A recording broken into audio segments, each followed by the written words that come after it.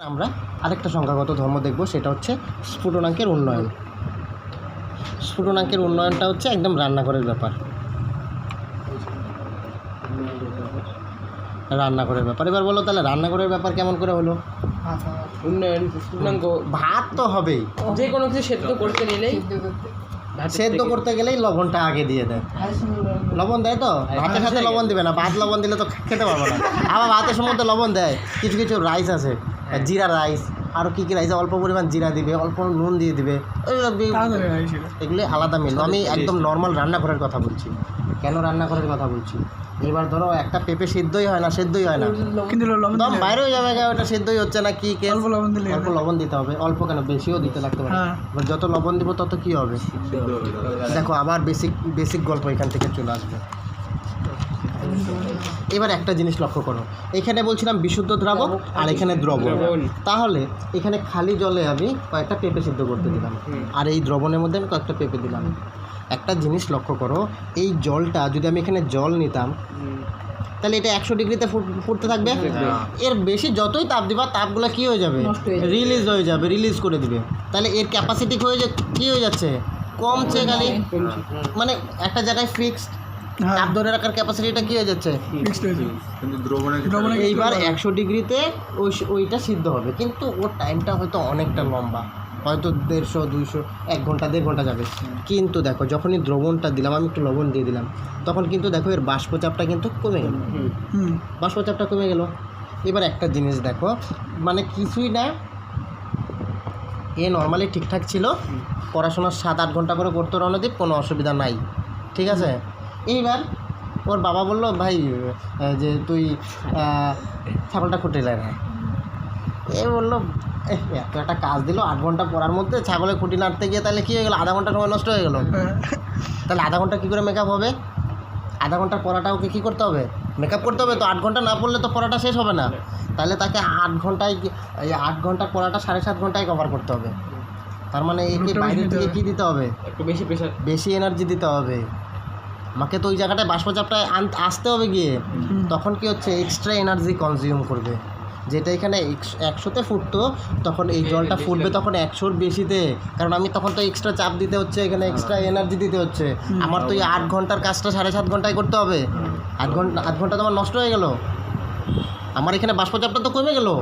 তাহলে সেই বাষ্পচাপটা যে কমে গেল, এই এনার্জিটা, এর যে রাসায়নিক বিভবটা কমে গেল, এই রাসায়নিক বিভবটাকে কি মেকআপ করার জন্য আমাকে কী করতে হবে? লবণ দিতে হবে, তাপ দিতে হবে, বা বাইরে থেকে আমার আরও এক্সট্রা শক্তি সাপ্লাই করতে হবে। সেই শক্তিটা তাহলে এখানে স্টোর থাকবে। তখন আমি দেখবো যে এর উষ্ণতা হয় 100 থেকে বেশি উঠে গেল। তাহলে যেই সবজিটা 100 ডিগ্রিতে ফুটতো 30 মিনিটে, তাহলে 100-র যদি একটু উষ্ণতা বেড়ে যায় তাহলে তো তাড়াতাড়ি হবে, আরও তাড়াতাড়ি সবজিটা সেদ্ধ হবে। কথাটা বোঝা গেল? তাহলে স্ফুটনাঙ্কটা যেটা আগে 100 ছিল, সেটার উন্নয়ন হয়ে যাবে হয়তো 101-এ চলে গেলে 102, মোরলেস আর কি বেড়ে গেল। বোঝা গেল? এবার তাহলে এই স্ফুটনাঙ্কের উন্নয়ন, তাহলে ধরি বিশুদ্ধ দ্রাবকের স্ফুটনাঙ্ক, ইংরেজিতে কী বলবো? Boiling point. বিশুদ্ধটাকে আমরা ধরে নিলাম টিবি প্রাইম, টিবি প্রাইম, এটা একটা চিহ্ন, উপরে হসন্ত দিয়ে দিলাম, উপরে হসন্ত তো নিচে, উপরে হসন্ত দিয়ে দিলাম, তাহলে টিবি প্রাইম। দেখো তো টিবি প্রাইম নিচে না টিবি নিচে? শুধু বিশুদ্ধটা টিবি প্রাইম, বিশুদ্ধটা টিবি, দ্রবণের স্ফুটনাঙ্কটা টিবি প্রাইম। আচ্ছা, তাহলে আমরা ধরলাম বিশুদ্ধ দ্রাবকের স্ফুটনাঙ্ক হচ্ছে টিবি। এবার তাহলে দ্রবণের স্ফুটনাঙ্ক টিবি প্রাইম, ওই যে প্রাইম ভিডিওর মতো, অ্যামাজন প্রাইম ভিডিও, ওই প্রাইম না, এটা হচ্ছে প্রাইম একটা সিম্বল, ঠিক আছে, একটা সিম্বল। তাহলে দ্রবণের স্ফুটনাঙ্ক। এইবার তাহলে বলো কার স্ফুটনাঙ্ক বেশি হবে? দ্রবণের, অবশ্যই দ্রবণের স্ফুটনাঙ্ক বেশি হবে। আমরা একটু আগে দেখলাম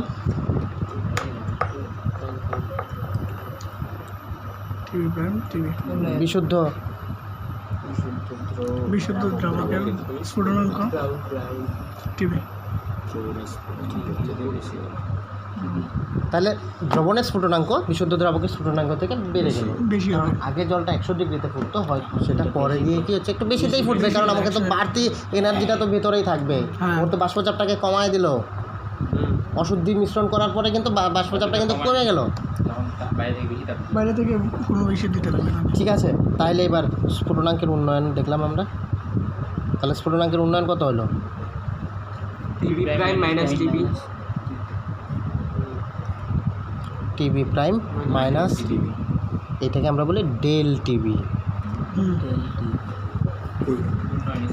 তাহলে স্ফুটনাঙ্কের উন্নয়ন কতটুকু হলো? ডেল টিভি বলছে অ্যাকর্ডিং টু রাউল্ট। এটাও তো রাউল্টের সূত্র, এটা তো স্ফুটনাঙ্কের উন্নয়ন সংক্রান্ত রাউল্টের সূত্র। উন্নয়ন সংক্রান্ত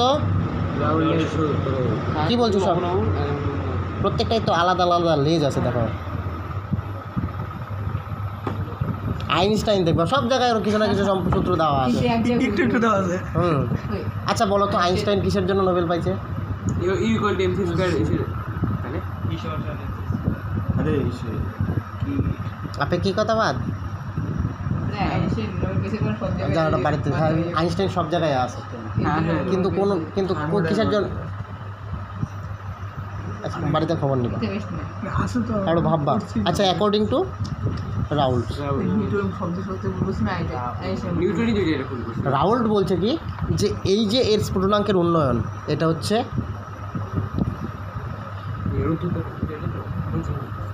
স্ফুটনাঙ্কের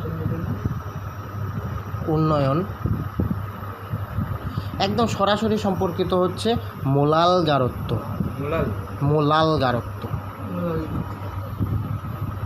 মোলাল গারত্বের কথা মনে পড়ে? শুরুতেই বলছিলাম মোলাল গারত্ব।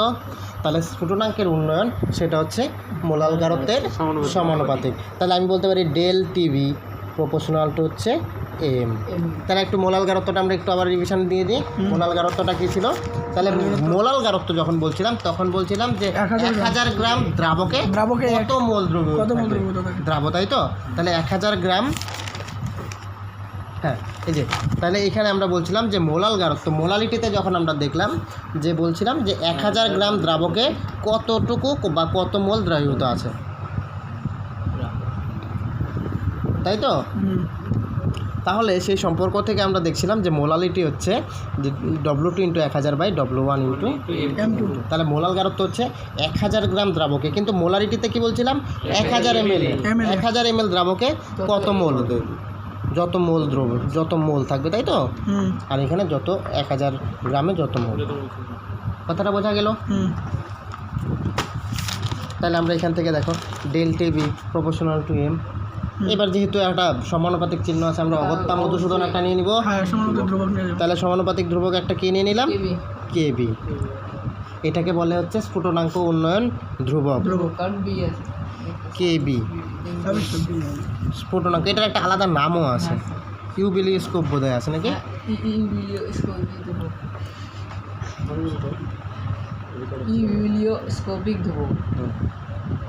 আর আরেকটা পাবো সেটা ক্রায়োস্কোপিক, এটা হচ্ছে ইউবিলিওস্কোপিক।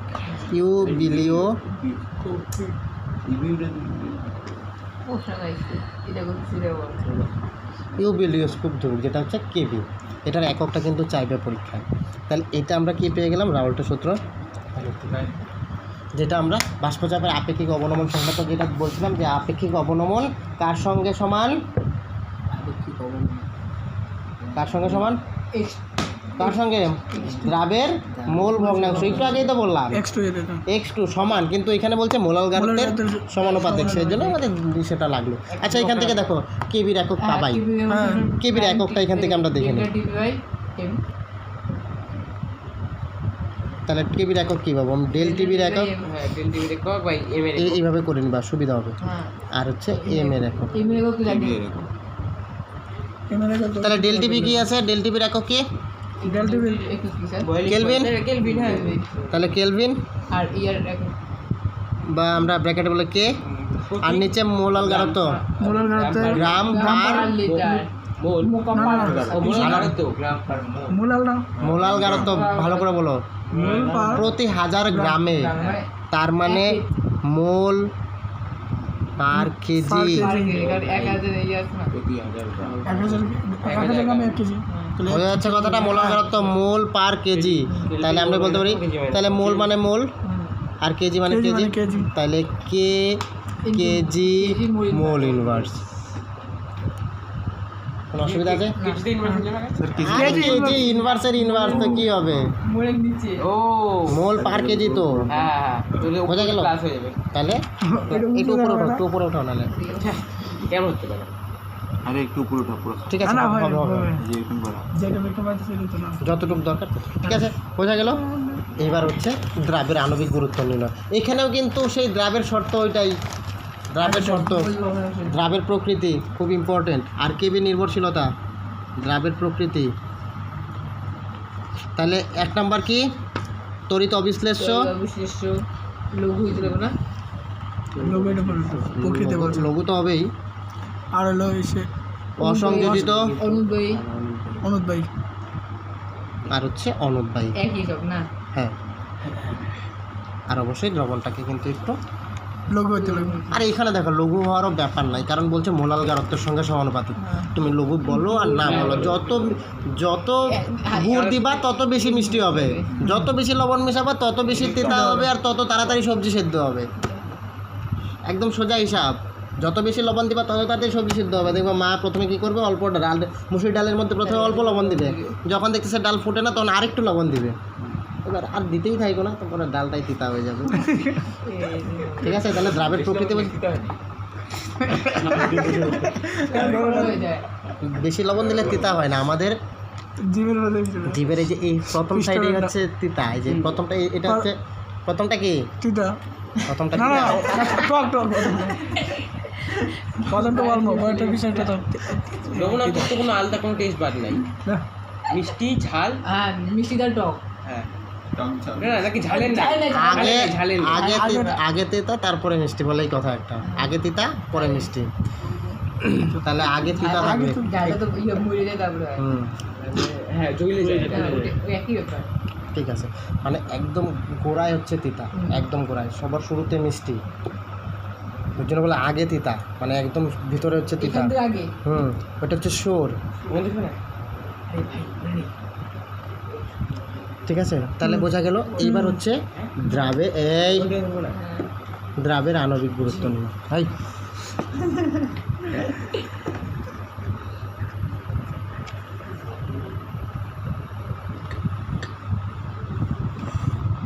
দ্রাবের আণবিক গুরুত্ব নিয়ে। তাহলে দ্রাবের আণবিক গুরুত্ব আমরা কী করে বার করব? এটা এখন সূত্র বলবো। আমাদের ফর্মুলা আমরা জানি। তাহলে আমরা কি জানলাম এখন? Del TV KV. ঠিক আছে, তাহলে মোলাল গারত্ব যদি আমি বলি, তাহলে W1 গ্রাম দ্রাবক দ্রবীভূত দ্রাবের মোল সংখ্যা মূল সংখ্যা W2/M2।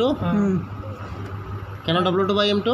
কারণ ওই আগের গল্প, এটা বলে দেবে 1 গ্রাম দ্রাবকে দ্রবীভূত দ্রাবের মোল সংখ্যা। W1 into M2 হাজার।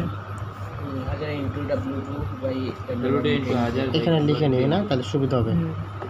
দ্রাবকের ওজন W1 আর দ্রবের ওজন W2 আর দ্রাবের আণবিক ভর M1 এমন M2। দ্রাবকের দ্রাবকের লাগবে না। তাহলে 1000 গ্রাম দ্রবীভূত, তাহলে W2 ইন্টু 1000 বাই, কোনো অসুবিধা? তাহলে এটাই বলছি আমরা কি, মোলাল গারত্ব। তাহলে এটাই হচ্ছে আমার M। তাহলে M সমান সমান আমরা দেখলাম মোলাল গারত্ব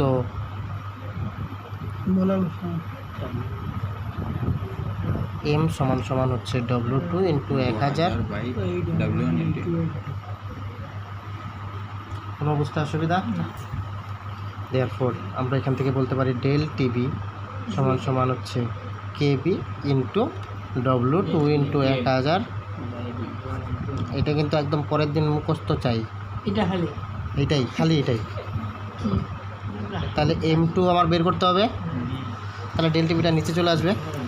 কেবি into W2 into 1000 by W1 into del TV. একদম সরাসরি এই সূত্রতে বসাই দিলেই অঙ্ক চলে আসবে সরাসরি।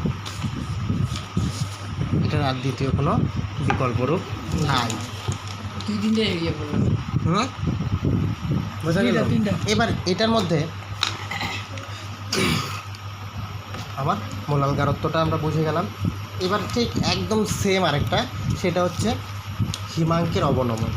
যেরকম ফুটনে গিয়ে কি হয়ে যাচ্ছে, স্ফুটনের মুন্ডন হয়ে যাচ্ছে, বাইরে যাচ্ছে, হিমাঙ্কের ক্ষেত্রে দেখবে উল্টা জিনিস ঘটবে। কমে যাবে। হিমাঙ্কের কি বলবো অবনমন, আমাদের রান্না করছিলাম যে হ্যাঁ। কোক হিম মিশ্র কোক। তাহলে আমরা বলছিলাম যে আমাদের যে সোডা ওয়াটারগুলি বা কোকের বোতলগুলি আমরা ডিপ ফ্রিজে রাখলেও কিন্তু ঠান্ডা হয় মানে জমে না জমে না, কিন্তু শুধু জল যদি রাখতাম জমে যেত। কারণ জল 0 ডিগ্রিতে এসে কী হয়ে যাচ্ছে, বরফ। তাহলে -1 বা -2 ডিগ্রি সেন্টিগ্রেডের জলটা একদম অটোমেটিক বরফ হয়ে যেত। কিন্তু যখনই আমি এটার মধ্যে একটু কিছু অশুদ্ধি মিশ্রণ করছি, তখনই বাষ্পচাপটা কমে গেল। ওই বাষ্পচাপ ওই উষ্ণতায় আর মেকআপ করতে পারবে না। কারণ আমরা কি জানি, ওই যে রাসায়নিক বিভবটা যেটা কমে যায়, আমরা যখন অশুদ্ধি দিচ্ছি রাসায়নিক বিভবটা তো কমে গেল ওই দ্রবণে। এবার রাসায়নিক বিভবটা তো বেশি এনার্জি দিলে গিয়ে বাড়তো, কিন্তু এইখানে তো আরও উষ্ণতা আমি কমাচ্ছি, তাহলে বিভবটা কি হচ্ছে, কমতেই থাকছে। এর জন্য ওই উষ্ণতায় আর কি আমরা বড় পরিণত করতে পারবো না। এর জন্য কোক, সোডা ওয়াটার ডিপ ফ্রিজে রাখলেও বরফ হবে না। শুদ্ধ মিশ্রণ না থাকলে হ্যাঁ, ছুটি হয়ে যায় বাইরের দিকটা হয় কিন্তু ভিতরে হয় না মানে তা কি বললাম, ওইটাও তো সেই মোলাল গারত্বের সঙ্গেই সমানুপাতিক। যত দ্রবণ গাঢ় রাখবা তত অবনমন বেশি হবে। এর জন্য হিম মিশ্র বিষয়ে কত যায় উষ্ণতা, রণজিৎ? হিম মিশ্র উষ্ণতা কত অবধি যায়? -273 -21 অবধি যায়। হ্যাঁ, জানতে হবে তো। এখন একটা খুব কথা শুনবা, ক্রায়োজেনিক টেম্পারেচার, যেমন তরল নাইট্রোজেন একদম -200 আর মানে 96 বোধ হয়, সরি 296, -200 তো যাইতেই পারবে না, 73 তো পারেই হবে না, -196। কে সংরক্ষণ এই যে ওই ক্রায়োজেনিক টেম্পারেচারটা কিন্তু খুব, এখন ক্রায়োজেনিক সংরক্ষণ খুব ইম্পর্টেন্ট। এই যে যেগুলি আমাদের যেরকম অবলুপ্ত হয়ে যাচ্ছে না, যে এক্সট্রিম, তো ওদের হচ্ছে ক্রোমোজোমগুলো এখন বা জিনগুলো হচ্ছে অ্যাবস্ট্রাক্ট করে রাখছে ওই ক্রায়োজেনিক টেম্পারেচারে। এবার যখন হচ্ছে ওয়েদার এখন যেরকম দেখো, ওজোন লেয়ারটা কী হয়ে গেছিলো, ডিপ্রেশন হয়ে গেছিলো। এখন কিন্তু এই লকডাউনের জন্য কিন্তু ওজোন লেয়ারটা কিন্তু আবার মেকআপ নিয়ে নিল। আমাদের পরিবেশ কিন্তু সেই যে 1972-এর যে স্টকহোম কনফারেন্স যার জন্য হলো, বা 1987-তে যে মন্ট্রিয়াল প্রোটোকলগুলো হলো, এগুলো কিন্তু এখন আর দরকার হচ্ছে না, কারণ পরিবেশ নিজে নিজে ঠিক হয়ে যাচ্ছে। বোঝা গেল তো? 4 মাস চলতে আর তাহলে কোনো অসুবিধা নেই। তাহলে আমরা স্ফুটনাঙ্কের উন্নয়ন দেখলাম, একদম স্ফুটনাঙ্কের হিমাঙ্কের অবনমন একদম সেম। এটাই হচ্ছে মজা, হিমাঙ্কের অবনমন। এটা হচ্ছে রাউল্টের সূত্র। তাহলে বিশুদ্ধ দ্রাবকের আমরা এসে কি দেখলাম, এখানে টিভি তো অনেক কি স্যার, হিমাঙ্ক ইংরেজিতে কি বলে, ফ্রিজিং পয়েন্ট ফ্রিজিং পয়েন্ট। তাহলে ফ্রিজিং, ফ্রিজ, আর ওটা বয়লিং পয়েন্ট। হ্যাঁ টিভি কোথায় আছি আমি? হ্যাঁ, স্ফুটনাঙ্ক মানে বয়লিং, প্রথম ইলিভেশন অফ টেম্পারেচার মানে ইলিভেশন অফ বয়লিং টেম্পারেচার, আর এটা হচ্ছে ফ্রিজিং, ডিপ্রেশন অফ ফ্রিজিং। কি বাষ্পীভূত হওয়া গেছে তাহলে বিশুদ্ধ দ্রাবকের, এই বিশুদ্ধ দ্রাবকের বাষ্পচাপ কত নিচ্ছিলাম? বিশুদ্ধ দ্রাবক সরি, তাহলে বিশুদ্ধ দ্রাবকের আমরা হিমাঙ্ক নিব না, এখানে TF, তাই তো? তাহলে এবার দ্রবণের বাষ্পচাপ, আরে দ্রবণের হিমাঙ্ক TF প্রাইম। এবার আমাকে বলো, দ্রাবকের হিমাঙ্ক বেশি হবে না দ্রবণের হিমাঙ্ক বেশি হবে? হ্যাঁ হিমাঙ্ক হিসেবে আরো বেশি আসতে দ্রাবকের হিমাঙ্ক বেশি হবে না দ্রবণের হিমাঙ্ক বেশি হবে? দ্রবণের, হ্যাঁ, দ্রবণের হিমাঙ্ক বেশি হবে। দ্রবণের হিমাঙ্ক বেশি হবে। কারণ হিমাঙ্ক বেশি মানে আরো কম, মানে মাইনাসে আরো বেশি দিতে জমবে। তা আমি তোমার পিছনে মাইনাস লাগাই দিলাম, পাওয়ারে মাইনাস লাগাই দিলাম, তাহলে তুমি কি বেশি হচ্ছে না কম হচ্ছে? কম বেশি এটাই হবে। আমি বলছি কোনটা বেশি হবে, আমাকে তো অবনমনটা বার করতে হবে মানটা। ওভারটা বেশি মাইনাস যাবে এটা উল্টা না, এটা বেশি মাইনাস যাবে তাহলে দ্রবণের দ্রবণের হিমাঙ্ক দ্রব বিশুদ্ধ দ্রবকে বলতে আর এই কথাটাই তো বলছে অবনমন হয়ে গেল, কমে গেল তো, তাহলে কমলো মানে কি ছোট হয়ে গেল, বোঝা যাচ্ছে তন্ময়, বোঝা যাচ্ছে প্রতাপ, বোঝা যাচ্ছে? আচ্ছা। তাহলে দ্রবণের হিমাঙ্ক দ্রাবকের হিমাঙ্ক থেকে কম। কম, ধরছে ঠিক আছে? কিভাবে ধরছিস আমি বেড়া বেড়া সোজা বুঝতে পারি না। সোজা করে ধরলে একটু সুবিধা হতো। আচ্ছা ঠিক আছে, ও যে দেখবে ও বুঝ, আর ফটো দিয়ে দিব তো, ওরা বুঝুক। আর এটা সবগুলো ফটো দিয়ে দিব, তোমাদের গ্রুপেই দিয়ে দিব। তুমি কারো টুলু আর পরে দিছো কী মনে হয় তোমার? মনে হয় তো না পরে কাম করে আসছে তো অঙ্ক শুরু হয় নাই পারবা শুরু না তাই আমার করতে এখন শুরু হয় না, যোগাযোগ করছে, দেখা যাক। আসলে যে এর জন্যই ভাবলাম যে একটু অ্যাডভান্স করে নিই। কি মিলটা আছে কাঠের মিলটা মাস্টার পাড়া দিয়ে ওর তো চলতে পারা ওইদিকে কি ঘর আছে নাকি? ওইখানেই তো আমি পড়াচ্ছি, ওইখানে তো আমি পড়াই, কাঠের মিলটার ওইখানেই তো পড়াই। হ্যাঁ তাহলে হিমাঙ্ক, তাহলে এখন বোঝা গেল অবনমনটা তাহলে সেই একই, হিমাঙ্কের অবনমন একদম সেম। বাকিটা তোমরা নিজেরা করবা, মোলাল গারত্ব। তাহলে এখন অবনমন মানে কত? T F minus, minus prime prime বোঝা গেল? কিন্তু আগেরটাই টিভি প্রাইম মাইনাস টিভি, না তো নেগেটিভ ভ্যালু আসতো, এই হচ্ছে ব্যাপার। তাহলে এটা প্রপোর্শনাল টু কত আমার? Proportional to M. তাহলে আমি এটাকে ডেল টি এফ বলতে পারি। এখানে আমি একটা ধ্রুবক নেব কে এফ, এম। আমি তাহলে এখানে বাকিটা তোমরা নিজেরাই করতে পারবা আশা করছি। বা এটা এটা হচ্ছে এই কে এফটা হচ্ছে এখানে এটা যে ক্রায়োস্কোপিক ধ্রুবক, সেইটা ইও তো একই হবে সব একই, সব একই। বা হিমাঙ্ক অবনমন ধ্রুবক, যেটা মনে রাখতে পারো, ক্রায়োস্কোপিক ধ্রুবক। তোমাদের যেন একটা জিনিস কি একদম খুব, হ্যাঁ, হিমাঙ্ক দেবো হিমাঙ্ক অবনমন ধ্রুবক বা ক্রায়োস্কোপিক ধ্রুবক, ঠিক আছে?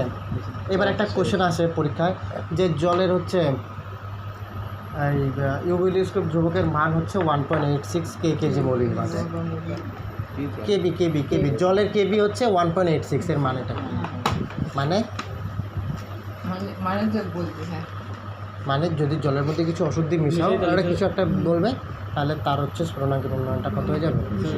101.86 হয়ে যাবে, কারণ বিশুদ্ধ জলের স্ফুটনাঙ্ক 100, আর অবনমনে কী হয়ে যাবে? মাইনাস হয়ে থাকবে, ঠিক আছে? ওটা দেওয়াই থাকবে মানগুলি। তাহলে এইটুকু নিয়ে কোনো বুঝতে অসুবিধা নাই। স্ফুটনাঙ্কের উন্নয়ন, অবনমন, আপেক্ষিক অবনমন, বাষ্পচাপের কোনো সমস্যা নাই, মোলাল গারত্ব নিয়ে কোনো অসুবিধা নাই। না হ্যাঁ, তাহলে মোলাল গারত্ব মানে আমরা কি বুঝবো? কতটুকু দ্রাবক থাকবে রণদীপ? কতটুকু থাকবে দ্রাবক? কতটুকের মধ্যে আমি দিব? মোলাল গারত্বের জন্য একটা স্পেসিফিক সংখ্যা আছে দ্রাবকের, কত পরিমাণ?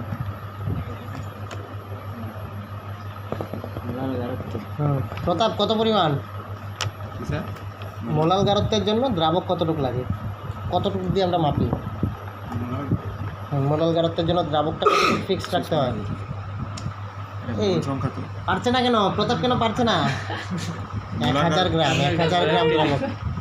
ও হো, কেন পারে না? প্রতাপ কেন পারে না? হ্যাঁ, তো তুমি কেন পারো না? হ্যাঁ, কেন? হ্যাঁ,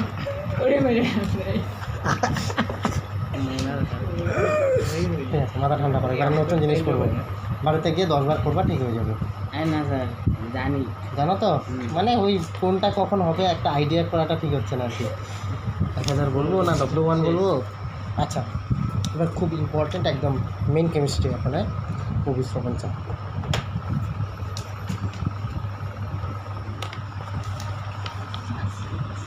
অভিস্রবণ চাপ বোঝার জন্য আমাকে সঞ্জয় বলবে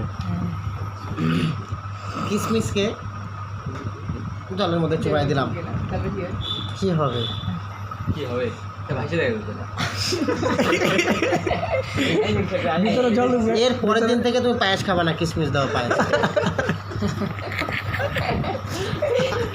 খাবি আর ভাত খাবি। ভিতরে জল ঢুকে কি হয়? জল ঢুকে ফুলে যায় হ্যাঁ, জল লেগে যায়। কারণ কম গাছ থেকে বেশি গাছ হ্যাঁ, আর তবে এই জন্য একটা একটা পদ্ম অর্ধবেদ্য পাতা। পর্দার প্রয়োজন। এখানে কিশমিশের উপরে আস্তরণটা অর্ধবেদ্য পর্দার মতো কাজ করে। তাহলে মেইন গল্প কিন্তু অভিশ্রবণ পর্দা। ঠিক আছে, এবার তাহলে অভিশ্রবণ চাপটা কি? চাপটা কিভাবে কিশমিশের ভিতরে যে জলটা চাপ চাপ, এবার দেখো একটা চাপ মানে এখানে একটা জিনিস বুঝবো যে বাধা। হ্যাঁ এবার কেউ বাইরে থেকে দরজাটা ঠেলতেছে, আমি ভিতর থেকে চাপ দিচ্ছি, মানে বাইরে কম গাঢ়ত্ব থেকে দ্রবণটা বেশি গাঢ়ত্ব থেকে আসতে যাচ্ছে, আমি একটু বাধা দিয়ে রাখলাম।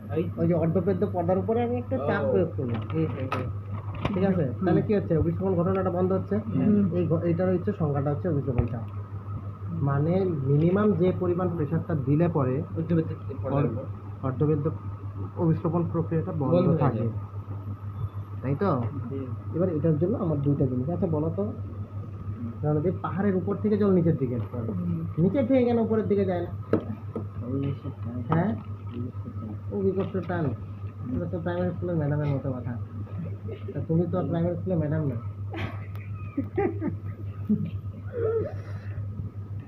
বুদ্ধি কমে নিচে আসতে পারি বুদ্ধি হয়ে যাবে হ্যাঁ বায়ুশূন্য স্থানে অভিকর্ষকরণ কাজ করে না, না কিন্তু তবুও আমি একটা উপরের থেকে জিনিস যদি নিচে ছাড়ি, ওর নিচে পড়বে কি পড়বে? পড়বে না বায়ু শূন্য। হ্যাঁ, তখন তো এই জিরো হয়ে যাবে পড়বে না? আর মহাশূন্য তো নিচে চলে যাবে মহাশূন্য তো আলাদা আলাদা বায়ু ওগুলা নিচে যাবে না ভুল ভাষা পড়বে না, ভেবেই থাকবে। হ্যাঁ পাহাড় থেকে জল কি শুধু অভিকর্ষ টানের জন্যই হয়? মেলা কাজে দেবে আর তাছাড়া কেমিস্ট্রি ভাষায় কিছু হয় না? কেমিস্ট্রি থেকে তো বোঝা, ফিজিক্স থেকে জিজ্ঞেস করি নাই তো। আচ্ছা বাদ দাও। তোমার সঙ্গে আমি জয়দীপের যুদ্ধ লাগা দিলাম। বলো কে বেশি মাইক খাবে? আমি না। কেন খাবা বেশি মাইক? কেন কেন? দেখো এটা কেমিস্ট্রি, একদম বেসিক কেমিস্ট্রি বলছি আমি। আমি কোনো কথা ফালতু কথা বলি না। ভর বেশি। হ্যাঁ, আবার ভর বেশি শব্দতে। আয়তন তাহলে তো হুদুল কুতকুত মায়ের খায় কেন বেশি? হুদুল কুতকুতের তো আয়তন বেশি, ভর বেশি। এনার্জি বেশি এনার্জি এর শক্তি বেশি, এই শক্তিটা হচ্ছে, হ্যাঁ, আর তোমার শক্তিটা কম, অর্থাৎ ওর মধ্যে রাসায়নিক বিভবটা বেশি।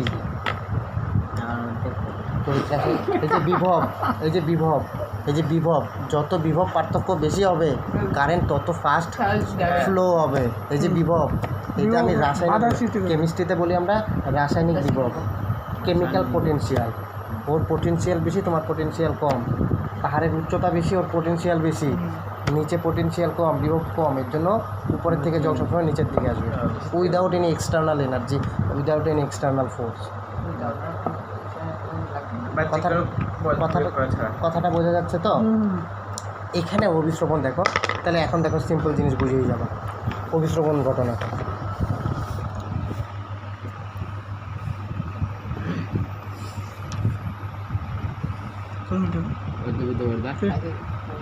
তাহলে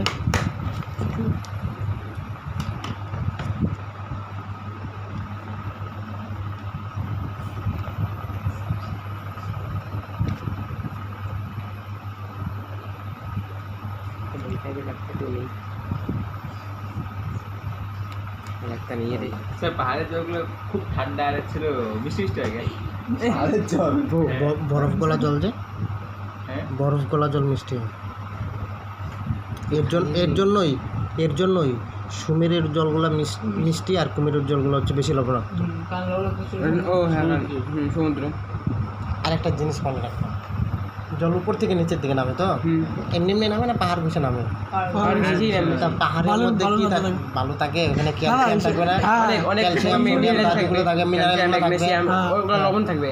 তাহলে ওগুলা যখন বিক্রিয়া করবে তখন সমুদ্র জলে আরেকটা জিনিস লক্ষ্য করো, ওগুলো তো oxide, calcium oxide, magnesium oxide, এগুলি কি ক্ষারীয় অক্সাইড না উভধর্মী অক্সাইড না আম্লিক অক্সাইড? ধাতব অক্সাইডগুলো কি ধরনের অক্সাইড?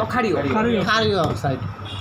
তাহলে এবার যখন সমুদ্র জলের মধ্যে যাবে কী করবে? ও খারিয়ে ক্ষারীয় তৈরি করবে। এবার এই যে জলের মধ্যে যখন ক্ষারীয় অক্সাইড, এবার এখানে সমুদ্র জলের সঙ্গে গিয়ে তো মিশবে। কার সঙ্গে মিশবে? সমুদ্র জলে কী আছে?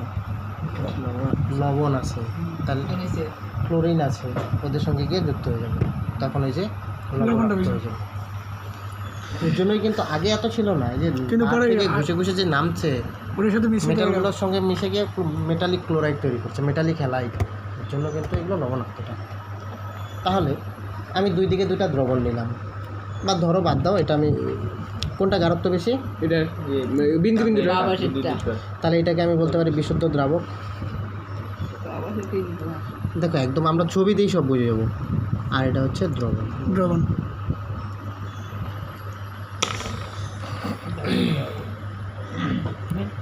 তাহলে এবার এখান থেকে একটা জিনিস আমাকে বলো, কার বাষ্পচাপ বেশি? বাষ্পচাপ বিশুদ্ধ দ্রাবকের। দ্রাবকের বাষ্পচাপ দ্রাবকের বিশুদ্ধ দ্রাবকের। সবসময় বিশুদ্ধ দ্রাবকের, তাহলে এটার বাষ্পচাপ সবসময় বেশি। গ্রেটার এটাকে আমি P0 ধরলাম, এটাকে আমি P ধরলাম, তাহলে always P0 greater than P P0 greater তাহলে এর বাষ্পচাপ বেশি, এর বাষ্পচাপ কম। কম। তাহলে যার বাষ্পচাপ বেশি, এর রাসায়নিক বিভব বেশি না রাসায়নিক বিভব কম? বাষ্পচাপ বেশি হলে রাসায়নিক কম কম হবে না বেশি হবে? বেশি হবে তো। আমাকে দুটারই কারণ লাগবে, কারণ জানতে হবে আমাকে, কোনটার বেশি কোনটার কম। কমটা বিশুদ্ধটা বেশি হবে। কম। তন্ময় কি বলছো? কম যেহেতু এখান থেকে বেশির দিকে কম কেন? কম কেন? স্যার কম দিই না, কিন্তু অবশ্যই 2 মিনিট মাধ্যমে হয়ে দিলাম। সঞ্জয়, কাজল, কি মনে হয়? কি মনে হয়? আমার তো বিশুদ্ধ দ্রাবক, দ্রাবক থেকে বাষ্পচাপ বেশি, অবিস্মরণীয় পদ্ধতি। এর বাষ্পচাপ বেশি, Potential-টা বেশি। তার মানে এই এই সিস্টেম থেকে বাষ্পগুলি খুব তাড়াতাড়ি বেরোচ্ছে। হ্যাঁ, তাহলে তাড়াতাড়ি বেরোচ্ছে মানে কি? এর এন্ট্রপি বেশি না কম? এন্ট্রপি বেশি তো, বা এর মধ্যে কি শক্তিটা বেশি? এই কণাগুলির মধ্যে শক্তিটা বেশি, তাহলে এর কেমিক্যাল পোটেনশিয়াল বেশি না কম? বেশি হবে। এত দেরিতে বাষ্প হবে, এত তাড়াতাড়ি বাষ্পতে হওয়া যাবে, তাহলে এর রাসায়নিক বিভব তো অবশ্যই বেশি, এর শক্তি বেশি তো। তার মানে আমি বলতে পারি এই বিশুদ্ধ দ্রাবকের রাসায়নিক বিভব কি হচ্ছে, কার বেশি হচ্ছে? বিশুদ্ধ দ্রাবকের। পি এর রাসায়নিক বিভব, P0 রাসায়নিক বিভব গ্রেটার দেন হচ্ছে পি এর রাসায়নিক বিভব।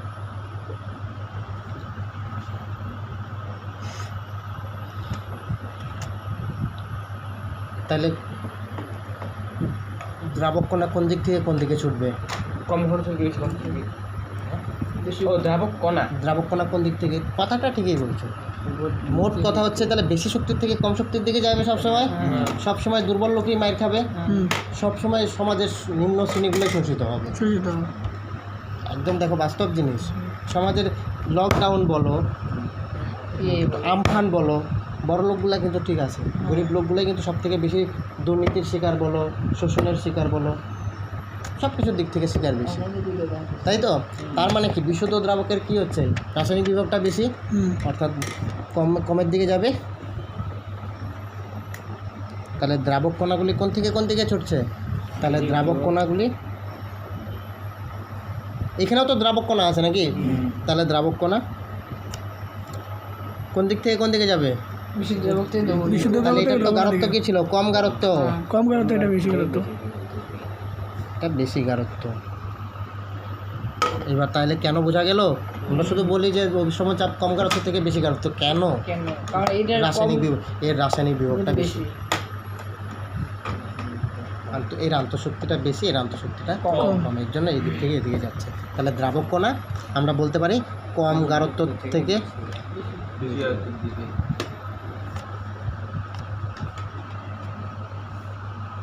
বেশি গাঢ়ত্বে ছোটাছুটি করে।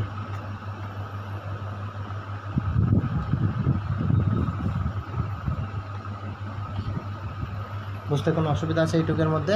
না। কোনো অসুবিধা আছে কারো? তাহলে দ্রাবক কণা কম গাঢ়ত্ব থেকে বেশি গাঢ়ত্বে যায়। তাহলে এই যে এই যাওয়াটা, তাহলে আমি যদি এখানে একটু এনার্জি বাড়াই দিই, মানে এই আমি একটু এনার্জি বাড়াই দিলাম, আর এইগুলো কিন্তু সব ছোট ছোট পোরাস, একদম ছোট ছোট মানে ফোঁটা দিয়ে কিন্তু যাবে, ঠিক আছে?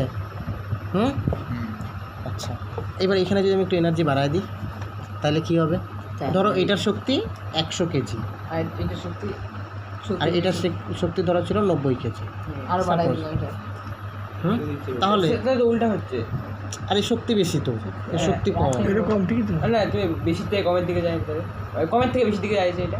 শক্তি এখানে এটা রাসায়নিক বিভব ধরলাম আমি 100 কেজি, হ্যাঁ। এর রাসায়নিক বিভব ধরলাম 90 কেজি। হ্যাঁ তাহলে কি হচ্ছে, বেশি রাসায়নিক বিভব থেকে তো কম দিকে যাচ্ছে। হ্যাঁ এবার আমি এখানে বাড়তি আরো 10 রাসায়নিক বিভব বেশি দিয়ে দিলাম, সমান হয়ে গেল। দুটো সমান হয়ে গেল, সামা অবস্থায় এসে পড়বে, তখন কি হচ্ছে, অভিস্রবণ ঘটনাটা কি হবে, বন্ধ হয়ে যাবে। বন্ধ হয়ে যাবে এটাকেই বলা হচ্ছে অভিস্রবণ চাপ। ও মানে বাইরে থেকে extra দিতে কোনটা লাগবে। মানে মানে যে পরিমাণ শক্তি আমার বাইরে থেকে যে পরিমাণ হচ্ছে, মানে সমান হয়ে দিয়ে আগে যে পরিমাণ শক্তি দিলে পরে অভিস্রবণ চাপ, অভিস্রবণ ঘটনাটা বন্ধ হয়ে যাবে, সেটা হচ্ছে। এই চাপটা। এবার আমি কথার কথা এখানে যদি আমি 25 কেজি দিই, আরো বেশি হবে। মানে এর থেকে তখন কি এদিক হচ্ছে, থেকে এদিকে যাবে। এই সে দ্রবণ এর থেকে চাপটা বিশুদ্ধ দ্রাবকে এদিকে যাচ্ছে, এই ঘটনাটাকে বলা হচ্ছে বিপরীত অভিস্রবণ। বোঝা যাচ্ছে কথাগুলি? হ্যাঁ, এটা কোথায় কাজে লাগে, বিপরীত অভিস্রবণ? এই যে কলমের কালি মনে করে জলে দিলে আর তো কত গিয়ে সমুদ্রের জল থেকে বিশুদ্ধ জল তৈরি করার জন্য। সমুদ্রের জলের গাঢ়ত্ব বেশি না নর্মাল জলের গাঢ়ত্ব বেশি? সমুদ্রে যে সমুদ্রের জল।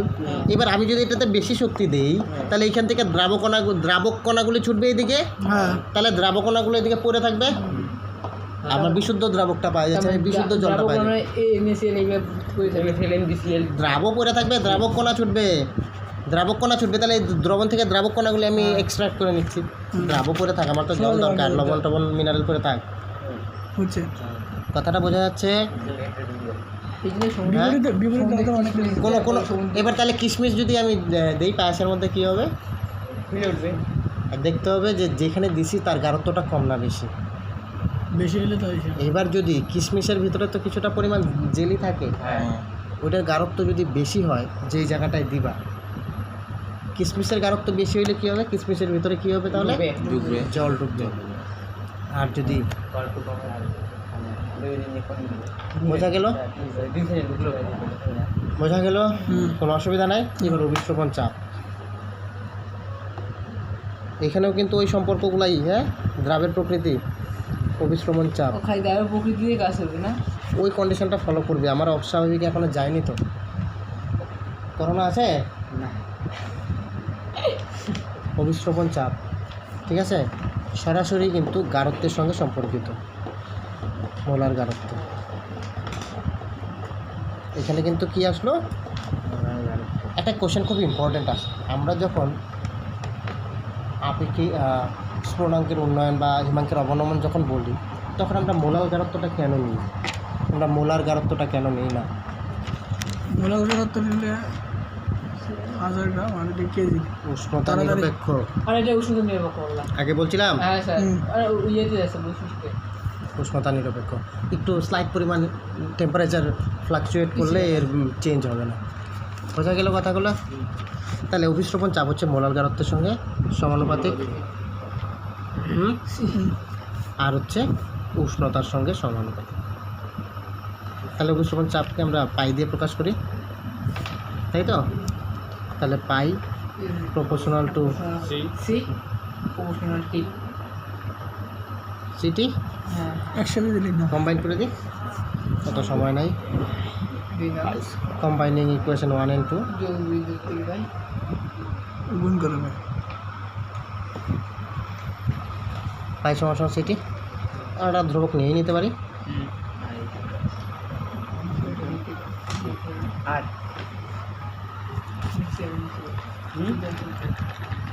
এটা নেট টু বানিয়ে দিই বাংলা শূন্যের আরটা কি সার্বজনীন, তাহলে সি আর টি, ঠিক আছে। এটা আমরা কি বলছি, মোলার গাঢ়ত্ব। মোলার গাঢ়ত্ব। তাহলে মোলার গাঢ়ত্বের আমার সম্পর্ক জানতে হবে। মোলার গাঢ়ত্ব আমরা পড়ছিলাম অনেক। শুরুতে। হ্যাঁ m equal to তাহলে মোলার গাঢ়ত্ব, এটা হ্যাঁ, তার মানে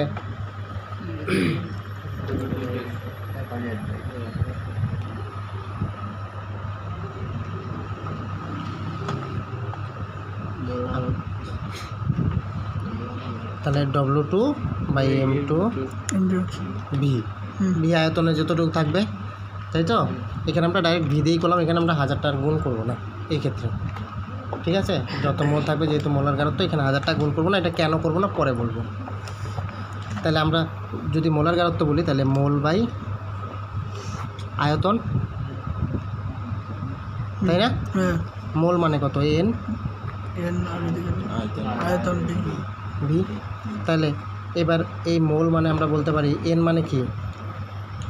এন মূল সংখ্যা W/M by V, sorry V. জি এটা বিঘা তাহলে আমার মোলার গারত্ব এম সমান সমান আমি বলতে পারি মোলার গারত্ব এখানে sorry C C C C C mole molarity mole এই সরি মোলার গারত্ব বলছি জন্যই সি, হ্যাঁ মোলার কথাটা বলে দিয়েছে, এর জন্য 1000এই, এর জন্য আমরা সি প্রকাশ করছি। যদি মোলালিটি বলতাম তখন আমরা 1000 লিখতাম। বোঝা গেল? আমরা মোলালিটি বলছি না, মোলাল গারত্ব বলছি। মোলাল গারত্ব মানেই 1000-এ হবে এটা। তাহলে এম, তাহলে সি সমান সমান তাহলে W/MB বাই, এমবি তাহলে এমটা কার আণবিক ভর? এমটা হলো দ্রাবের আণবিক ভর। দ্রাবের মানে এখানে তুমি W2 বাই করতেই পারো, যেহেতু দ্রাবেরই তো সব M2। তাহলে দ্রাবের সুবিধা হবে ওজন, বুঝতে সুবিধা হবে। হ্যাঁ W2 আর আণবিক ভর M2, ঠিক আছে? আর আয়তন হচ্ছে ভি, আর এই দ্রাবকের আয়তন হচ্ছে ভি। এখন না বুঝতে হবে দেখাইছি তো। 41 কে হলো? খিদা পাইছে? ফাইনাল ব্রাদার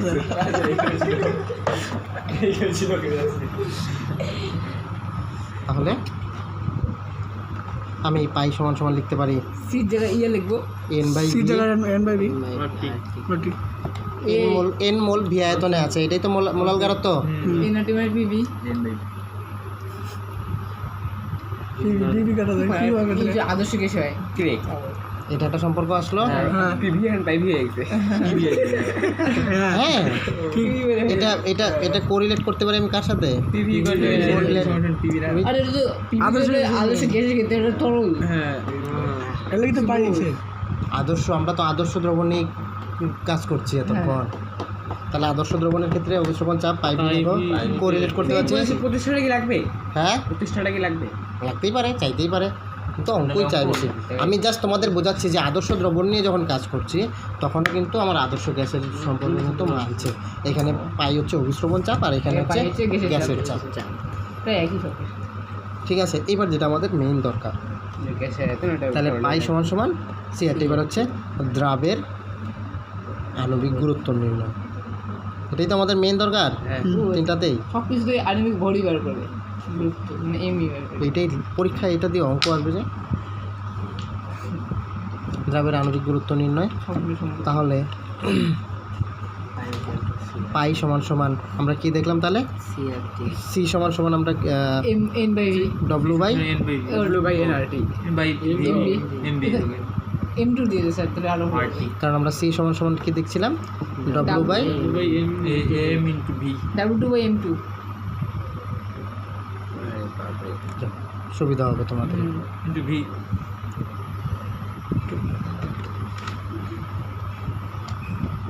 তাহলে M2 W2 ইন্টু RT পায়ের মধ্যে ছিল আমার ফোন না এইবার বোঝা গেল? এই গাণিতিক রূপগুলো কিন্তু ভেরি ভেরি যেই সব কথাটাই লিখবা সেটাই কিন্তু তার পাশে এটা কি তাৎপর্যটা লিখতে হবে কিন্তু, মানে কিসের জন্য প্রচলিত চিহ্নগুলো তাৎপর্য যেটা লিখবা সেটাই। কথা বোঝা গেল? অভিস্রবণ। এবার তোমাদের যেটা বাড়তি পড়তে হবে সেটা হচ্ছে দেখবা KF KB, ঠিক আছে, বা এই যে আর, এগুলো উষ্ণতার উপর কীভাবে নির্ভরশীল, আর তো ঠিক আছে? এদের সার্বজনীন আমি এদের এককগুলোও বলে দিলাম। টিভির এককও তোমরা জানোই, মোলাল গারত্বের এককও তোমরা জানো, এই সমস্ত। এর বাইরে আর তেমন কিছু নাই, আর শুধু এখান থেকে ইম্পর্টেন্ট হচ্ছে ম্যাথ। অভিস্রবণ চাপের আগে পর্যন্ত পড়া থাকলো, আর বিপরীত অভিস্রবণটাও কিন্তু বলে দিলাম। ও আরও পড়াবো আর কটা ছোটো জিনিস? হ্যাঁ অল্প একটা তাই তো? এটা বই শেষ হয়ে যাবে না, বই শেষ হবে। বিপরীত অভিশ্রবণটা তো বলে দিলাম, হ্যাঁ তো পরে স্যার আরেকটা পার্ট আছে আরেকটা পাড়া আছে তো। হ্যাঁ তাহলে বিপরীত অভিশ্রবণটা কী হবে? এটা তো যেগুলো বিপরীত অভিশ্রবণ বাইরে থেকে বেশি এমনভাবে চাপ পরিমাণ মানে বেশি শক্তিটা প্রয়োগ দিয়ে করি দেয়। যে পর্দার ওই পাশে যেটা তার থেকে যদি শক্তির বার হয়ে যায়। দ্রবণ, যে বসে ঢুকে বেশি দ্রবণের চাপ, দ্রবণের অভিশ্রবণ চাপ যদি সব ঘাটের দেন দ্রাবের থেকে বেশি হয়ে যায়, দ্রাবকের থেকে বেশি হয়ে বিশুদ্ধ দ্রাবের থেকে বেশি করে। বেশি হয়ে যায়, তাহলে হবে বিপরীতটা। বিপরীতটা এটা আমরা কী করবো? এটা আমরা এক্সটার্নাল ফোর্স দিয়ে করবো সবসময়। এগুলোর কিছু বেসিক এক্সাম্পল আছে, দেখবা ঝিল্লি বিশ্লেষণ, তারপর যেটা ডায়ালাইসিস বলে, কিডনি, Dialysis। যেটা দেখবা কিডনির যাদের ওষুধ, কিডনি রোগীদের, তাদের ক্ষেত্রে কিন্তু এই যে এই থিওরিটা একটু কাজে লাগায়। এখানে এটা আছে, আবার আমরা ইসে দেবো কলয়েডে গিয়ে ওইটা এখানে লাগবে না, ওটা আমরা কলয়েডে দেখবো। এবার যেটা 3টা জিনিস এখানে না বললেই না হয়, ওই 3টা জিনিস একটু বলে দেবো।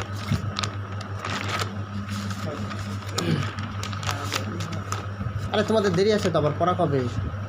এই কথা হবে কি আছে? হয়ে যাবে স্যার এবার 3টা জিনিস আমাকে জানতে হবে। আমাদের একসাথে পড়া হয়ে যায় আইসো, অঙ্কগুলো দেখবা এখান থেকে, আমি কিন্তু করতে দিব।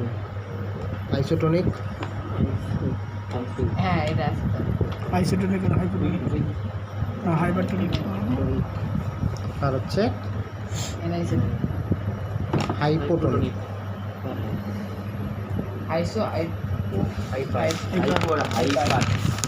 তাহলে আমি দুটার গাঢ়ত্ব, এটাকে আমি একটা গাঢ়ত্ব C1 ধরে নিলাম, সিটু C2 ধরে নিলাম, এটা আলাদা আলাদা গাঢ়ত্ব। দুইটা দ্রবণ, বাদ দাও এখানে, এটা এত কিছু একটা জায়গায় করলে গন্ডগোল হবে।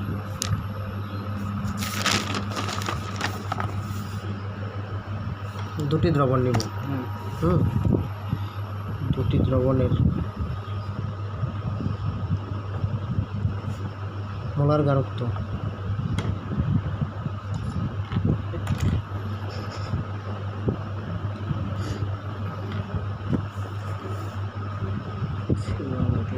A ও B দিয়ে দিই, হ্যাঁ যথাক্রমে CA ও CB, ঠিক আছে। আইসোটনিক কারা? যাদের ক্ষেত্রে আইসো মানে কি সমান, সিবি CB দুইটা দ্রবণের গাঢ়ত্ব যদি এটা হয়। হাইপারে হাইপার মানে কি? দেখবার লোক হাইপার হয়ে যায়। হাইপার মানে কি? যতটুক না ও তার থেকেও বেশি দেখা, তার মানে কি বেশি। হাইপো মানে কম, আর হাইপো মানে হাইপো মানে কম। ও ডট দেয় নাকি? CA হচ্ছে হাইপার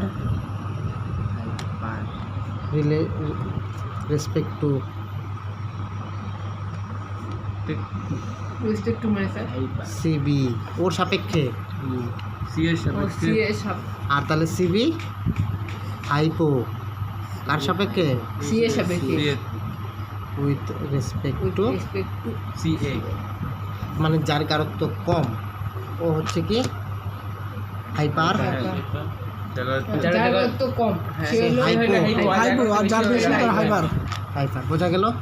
হুম, কোনো বুঝতে অসুবিধা আছে? না, আচ্ছা, এবার একটা ছোট্ট এক্সাম্পল লাস্ট, বাকিগুলো তোমরা বাড়িতে করবে।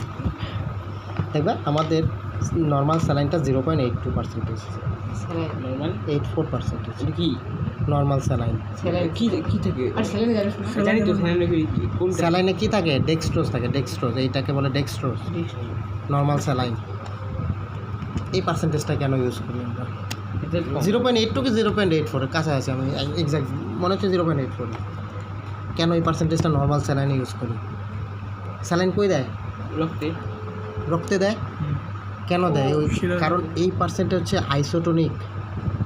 রক্তের সঙ্গে একদম সমান হবে, একদম মিশে যায় একদম। রক্ত ও বলবো না? যদি বলছে তাহলে হিমো রোহিত রক্ত কোনো ফাটে না, চিপস হয়ে যায় না, হ্যাঁ, এই পড়তে লাগে না বাড়ি না বলে থাকতে হবে হ্যাঁ তাহলে রোহিত রক্তকণিকার ভিতরে যে প্লাজমাটা আছে বা যে ফ্লুইড আছে তার পার্সেন্টেজ কিন্তু এইটা।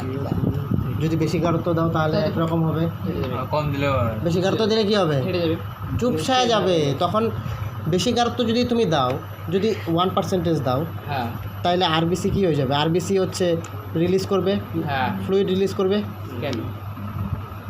ইয়ে করে দেবে না চুপসে যাবে, কারণ এটার গাঢ়ত্ব তখন কী হয়ে যাচ্ছে, কম কম গাঢ়ত্ব থেকে বেশি গাঢ়ত্বের দিকে ছুটবে, চুপসে যাবে। আচ্ছা আচ্ছা আর যদি তুমি 0.5% নাও আরবিসি তাহলে এটা ভুলে যাবে খুলে যাবে তাহলে ওটা থেকে অ্যাবজর্ব। স্যার কি 0.02 0102 এরকম একটু একটু করে লিখতে হয়? একটু তোমার 0.001 ফ্র্যাকশন এখানে, তাহলে কী হয়ে যাবে, ফুলে ফেপে যাবে, একটু লাগতে পারে ব্লাস্ট হয়ে যাবে, ব্লাস্ট হয়, এটাকে বলা হচ্ছে হিমোডায়ালাইসিস। আচ্ছা মাঝে মাঝে তাহলে ইয়েগুলো থেকে দিলে পরে ফুললে যায়, মাঝে মাঝে ফুললে যায় স্যালাইন চলাকালীন স্যালাইন চলাকালীন ফুলে যায়, এটা ব্যথার জন্য, বেসা কিন্তু থাকে একটু কম এইটুকু জায়গা ফুলবে, এটা ব্যথার জন্য। আর হঠাৎ করে পরে আবার ডলে ঠিক আছে আর এটা টানতে পারে না তো, তোমার বডিতে যদি লিকুইড বেশিই থাকে তাহলে তো তুমি বাড়তি ওই গ্লুকোজটা তুমি টানতে পারবে না, এর জন্য। তাহলে কথা বোঝা গেল, তাহলে একটু পর্যন্ত পড়া থাকলো। এবার কিছু কিছু তোমাদের এক্সাম্পল, যেরকম কোথায় কে কোথায় দিলে চুপসায় যাবে, তাহলে সবসময় কে চুপসায় যাবে, কে আর সবসময় গাঢ়ত্বর হিসেবে গাড়াতে হিসেবে ঠিক আছে। আর কখন ফুলবে, যখন হচ্ছে ওর থেকে গাঢ়ত্ব কী থাকবে, বেশি থাকবে কম থাকবে। যার গাঢ়ত্ব যদি কম দাও, তুমি দেখো ভালো করে বুঝবা, কম গাঢ়ত্ব থেকে বেশি গাঢ়ত্বের দিকে যাবা। তুমি যদি কম গাঢ়ত্বের জিনিস দাও, 0.5 নিশ্চয়ই এই 0.84 থেকে ছোট, তাহলে কম গাঢ়ত্ব কী হচ্ছে, এখান থেকে আরবিসি, এই যে অ্যাবজর্ব, এই যে আরবিসি কী করবে, অ্যাবজর্ব জল ফুলে ব্লাস্ট হয়ে যাবে, এটাকে বলে হিমোডায়ালাইসিস। বোঝা গেল? তাহলে এইটুকু পর্যন্ত কিন্তু পড়া থাকবে, মনে থাকবে। স্টপ করে না ফোনটা স্টপ এখানে হয়েছে এখানে তো না। এখানে দিলে